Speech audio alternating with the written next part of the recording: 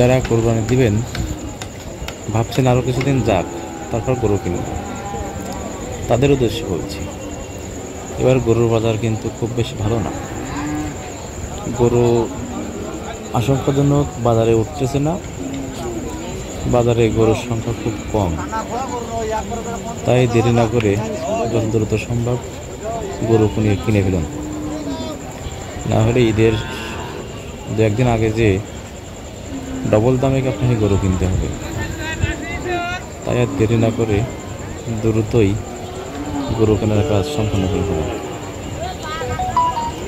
আরও কিছুদিন পরেই দেখা যাচ্ছে বৃষ্টির চাপ বেড়ে যাবে ঈদের মুখোমুখি, তখন বাজারে গরু আনতে পারবে না ব্যাপারীরা, আর গরু পাওয়াই হবে টাফ।